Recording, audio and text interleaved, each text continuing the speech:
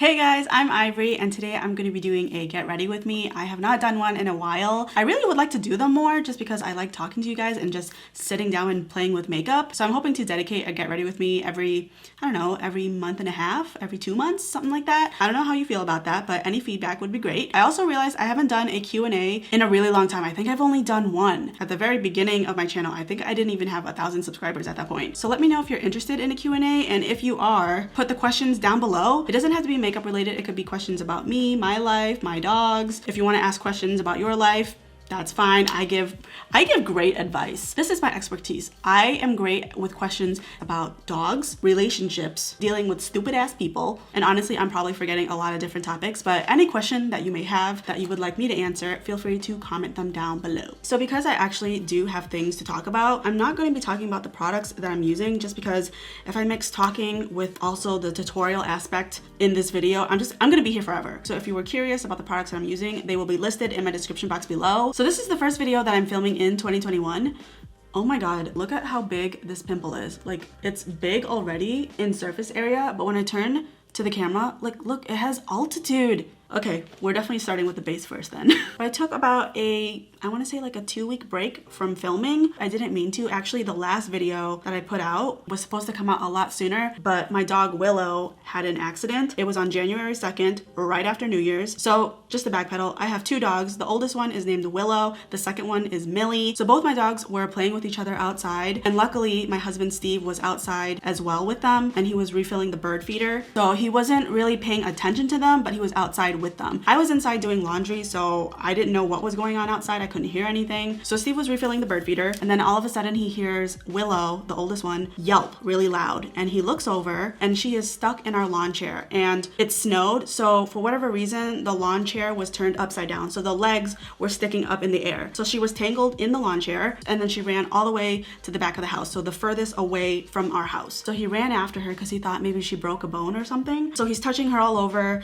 and he's trying to see where she may have broke a bone, and then he looks at his hands and he noticed that there's blood. He looks over at her side, like by her ribs, and there's a cut. He didn't see how big the cut is, he just saw that there was a cut. So he dragged her back inside and he went to go get bandages because he knew that she was bleeding and he was trying to stop the bleeding. So then he calls for me and he's like, Ivory, there's an emergency. Willow has a cut on her side, like, you need to go get her. So I run to her and she's on my bed and she looks scared. The way she was laying down, she was definitely guarding her sides with her legs as if she didn't want me to see her wound. As soon as I moved her leg, she had this huge cut on her side, and it wasn't just wide. I mean, the whole wound was probably half the size of my palm for reference. So it was wide, but it was also deep enough that I could see internal organ. Of course, I'm panicking at this point, and I'm crying, of course, too. Like I said, Steve was somewhere else in the house trying to get bandages. By the time he came back, I was crying and I'm like, Steve, I see her insides. We have to go to the hospital. So then he comes and takes a look at the injury and he's like, okay, let's go. So we kind of drag her by her collar because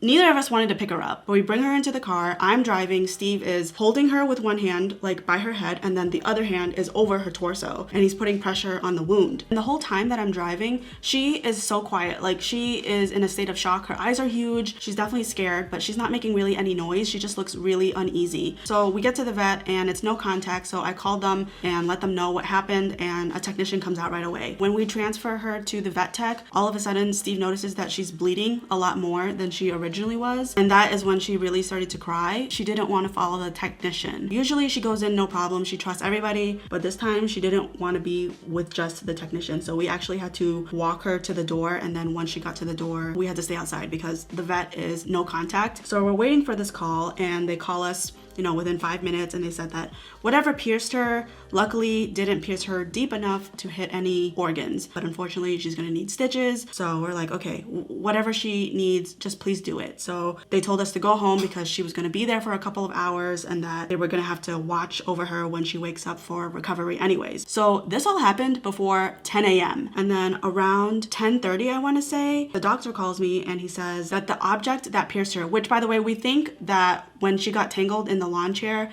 that one of the legs, it probably pierced her. We think that's what happened. So the leg chair that pierced her side, even though it didn't hit any organ, it still went past the skin. So she would need a drain. So a drain is a tube that goes from the inside of the body to the outside of the body. And basically it prevents any infection, and any infection that may build up will leak out. I'm sorry if this is gross, but this is what I've been dealing with for the past couple weeks. So I mean, there was really nothing I could do. I'm like, okay, do it. So when I got her a couple hours later, I mean, she was loopy from the anesthesia. Also, she knew she was in pain because of the stitches and the tubes, and she was uncomfortable. I mean, she was crying on and off the whole day. And so was I. I mean, I was crying on and off several days just because it was so stressful, but also it was a scary situation. I try to think of the positives, which is at the end of the day, she's alive and she's going to recover just fine. I asked if this had any long-term effects on her lifespan or her health, and they said no. So I try to be thankful of that, because before I couldn't even tell the story without just breaking down into tears. But she only had to keep the tubes in for a couple days, so the tubes are out, but she gets the stitches removed this Friday, and today is Wednesday, so actually a couple days. However,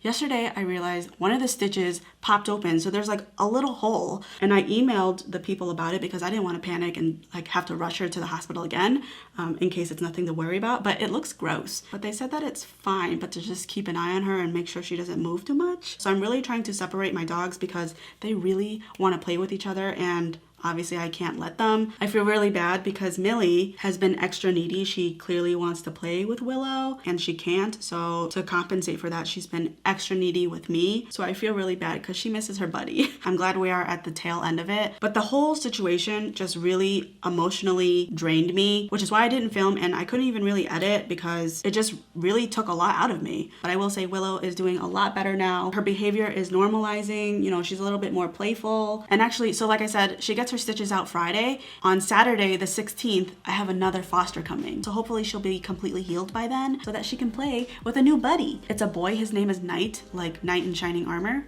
It's spelled like that. He's just under a year and he's a border collie mix, which is very high energy. I've never had a border collie, both in my life or even as a foster, but I'm really excited because I have a border collie in the neighborhood and she's so sweet, but her owner tells me that she's so stubborn. So I'm really worried that training the dog won't be as easy, but we'll have to see. I believe it's mixed with something else. It definitely doesn't look like a purebred. This is also really random, but I just had to say, I finally hit pan on my bronzer. It happened in my last video. I was so excited. I know it's not a huge pan, but the fact that I see the bottom is so exciting to me, and it happened at the same time as this blush. I also hit pan on this one. Look at that. There's a little pan, and this is the mini size. This came in my Ipsy box. You see how tiny this is? I can't believe it took me this long to finally hit pan. But it happened, and I need to announce it because as a beauty channel, it's very rare that this happens. So mark your calendars because a momentous thing just happened today.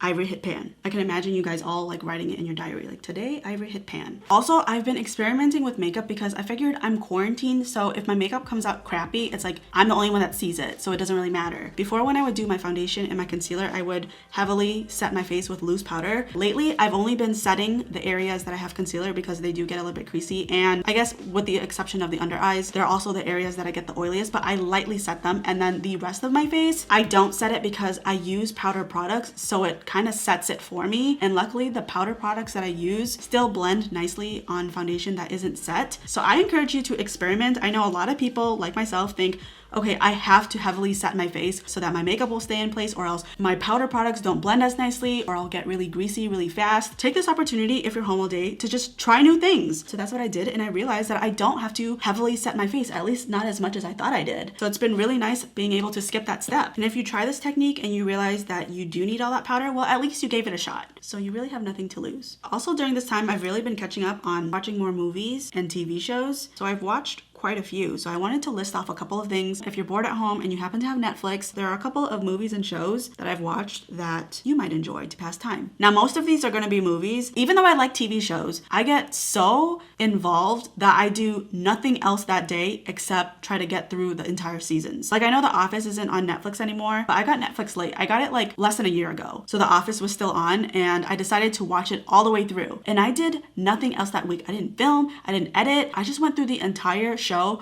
just to finish it. And I didn't even like it that much. Like, I think the show's okay. Don't come for me, okay? There were things I liked about it, but I mean, I never felt the need to rewatch it. But yeah, I just really wanted to get through it, and I accomplished nothing else that week except finishing The Office. So that is why I don't watch a lot of TV shows, because it consumes my life. So the first movie, and none of these are new movies, but the first one, it just came out this week, I think. It was Catch Me If You Can with Leonardo DiCaprio and Tom Hanks. I watched that for the first time. I really like that movie. I like all of Leo's movies for the most part. He is just such, he's such a beautiful man. I had the biggest crush on him in Titanic. The next one is Goodfellas. That one's with Ray Liotta and Robert De Niro, Joe Pesci. It's a mob movie. I actually watched it a while back with a friend, and I knew the outline, but I forgot a lot of details because the second time I watched it with my husband, he knew I already saw it, so he was asking me questions like, oh, what happens to this person? Or why did they do that? And I'm like, I don't know. He's like, you've seen this movie. I was like, I forgot a lot of these details. So I feel like I kind of watched it for the first time again very recently. I also saw Extremely Wicked, Shockingly Evil, and Vile. That one has Zac Efron and Lily Collins. That's the one where he plays Ted Bundy. I wasn't really gonna watch it because I've seen so many documentaries and interpretations of Ted Bundy, but I ended up watching it because I had nothing else to do. So I thought I would give it a shot. And I actually really liked the take that they did on Ted Bundy. They do it in the perspective of the girlfriend, which was kind of interesting, but I really enjoyed that one. I also saw Pride and Prejudice. I think they might have already taken Pride and Prejudice away on Netflix. I'm not sure, but if you ever get a chance to see it, you should watch it. I'm not usually into Shakespearean movies, you know, like when the timeline is dated way back. I thought it was a really cute movie. It was romantic, it was sweet, would watch again, and I actually watched it a couple times. I have this problem where when I watch a movie and I end up liking the movie, even just a little bit, even if it's just an okay movie, I will watch it 10 more times because I need to know every single detail about the movie. Like every Disney movie that I've watched it at least 17 times. No exaggeration. And I will literally start it over right away, like as the credits roll, and I think to myself, that was a good movie. I will start it again at the very beginning, even though I just watched it. The last one is a TV show. Now, I grew up on it, so I don't think anyone that didn't grow up with this TV show would really appreciate it. So for me, it's kind of a nostalgic thing. Dawson's Creek just went on Netflix, and I loved the show when I was younger. It was a little mature for me, which is why I think I liked it. Katie Holmes is in it and James Vanderbeek, which I feel like he's only been in that and literally nothing else. But the show is so cheesy, and the way they talk, even though they're in high school, no one talks like that. But I just watched it again and it really brought me back. They even had Chad Michael Murray for a little bit of the show, and Chad Michael Murray was the first crush that I ever had in my life. So if you have time to kill, I would watch that show. There are a lot of scenes where you're gonna be like, that was really stupid. But there are other scenes where it just draws you and you're like, what's gonna happen? Oh my God, I need to know. So it's kind of a guilty pleasure of mine. I don't wanna wait for our lives to be over. All right, where is this eye look going? So along with watching a lot of Netflix, I've also been getting into other YouTube channels that are not makeup related. So I wanted to give you a list of the things that I'm watching on YouTube too. So the channels, they're all over the place. I don't know how I landed on their channel, but it just happened. So the first channel is It's Me or the Dog. This girl named Victoria goes to all these people's houses who have really bad dogs, and she goes to their house to basically train the dog. And the reasons why they need her, you know, it varies. Sometimes the dogs have a barking problem. Sometimes they're not good at walking on a leash. Sometimes they're really aggressive. Basically, she goes there, she evaluates and gives them adjustments, and then she's able to monitor their progress. But it's really fun to see dogs learn and overcome these problems, just because I know I've had them. Not as severe as some people. Like some people, like they really shouldn't own dogs. And really the show should be called It's You, Not the Dog. I really don't believe that there are bad dogs. There are just bad owners. And this show is a real testament of that. Because I gotta tell you, if I was in this girl's shoes, I think half the time I would be like, you know what? I'm relinquishing your dog. I am taking your dog because you don't know how to have one. And the next person is Nikki Glamour. I guess she is a makeup artist, I believe, or she does do makeup videos, but a lot of her videos are story times. She really is the best at telling stories, and it's literally about anything and everything about her life. But the way she talks, it's just like you feel like you're sitting on the couch with your best friend and venting. If you go to her channel, definitely go through her playlist of story times because that is where she really shines. And the next one, I'm kind of embarrassed to talk about. It's called Magic Secrets Revealed. Okay, this used to be a TV show. I was a kid when it happened. Like I still lived in the city, so I'm probably in between 9 to 12 years old when the show came out, and it's exactly how it sounds. It's a masked magician, and he shows magic tricks, and then he reveals how the magic is done. So if they're like cutting a woman and she's still intact and not dead, they show the secrets of like the contraptions to make it look like they're cut up, but really they're safe. It's like a guilty pleasure of mine. Maybe it's a nostalgic thing because I did watch it as a kid, and it was one of those things where YouTube recommended it to me, and I happened to know that I watched it as a kid. But why does YouTube recommend the weirdest things? Like, I never Googled anything remotely close to that topic. And of course the videos, like every single time YouTube recommends something to me, it's never something that just happened. Like the video is at least 7 years old, and the channel is definitely something I don't tell people because it's like something that I enjoy, but I don't want to tell people that I enjoy it because people look at me weird. I don't think even Steve knows that I watch this channel because it's one of those things where people kind of look at you weird, like, Ivory, you magic? Really? Yeah, magic. It's cool. The next one is called Mr. Nightmare. Now he's a big channel, so I'm sure a lot of people have heard about him. But basically he just narrates scary stories. You never see his face, so he just has these still images of whatever he's describing. So if he's talking about a house and it's creepy, he'll show like a creepy house. And of course, it's very well done. The transitions are nice, the music's a little spoopy, and the stories are real. I mean, at least I think they're real because he always gives them credit, whoever writes to him, because anybody can write to him and he will share the story, and he always gives credit, but he could be lying, but I don't think he is. But I really enjoy his stories. They're interesting. They're not overly scary. Like, no one dies. At least I don't remember anyone dying. But they're intriguing. They're interesting to listen to. And he really has the perfect voice for horror. Horror. No one's getting demonetized today. I've also been watching videos from Rainbow Plant Life, I think is her name. And then there's a guy that I watch, and his name is Avant-Garde Vegan. And both of them are vegan. And even though I'm not vegan, but I do like a lot of vegan recipes. And growing up, even though some of the meals may not have meat, all of the meals that my family cooked, they always had some type of protein, whether it be tofu or beans or something like that. So watching both of their channels has been really helpful because I do like to eat tofu, beans, all that type of things, mushrooms, but I only know how to season them in specific ways. I've played around with it, but making actual dishes is not something I've completely mastered. So watching a lot of their stuff has been really helpful for me to play around more with vegan recipes. So that's what I've been doing lately. Can you believe that in 2 months, it'll be a year of being in quarantine? I mean, I knew it wasn't gonna be a couple months. I knew it was gonna be longer. I don't know what I thought. I guess I was just hopeful it wouldn't be longer. I kind of wanted to have faith in humanity, that we would be able to quarantine and be safe and wear our freaking masks, but apparently that's hard for some people. The fact that even with the vaccine, cases are rising. They're still rising with a vaccine. How the hell does that fucking happen? And the fact that we have about 4,000 deaths a day and people still don't take this seriously, it just makes me so disappointed in people. I kind of regret doing that to my lower lash line. Undo. We're gonna pretend it never happened. Okay, so it's not super obvious, but I did actually move my filming setup. I'm still in my basement, but I moved everything 2 feet to the left, which isn't a huge deal, but I did change it up, and I did change like the setup of my desk and everything, but I had to move my filming setup because me and Steve bought exercise equipment because we're so original and our resolution is to get fit. But this time we're getting fit together, which is not something that we've ever done. We've never made that resolution together as a unit.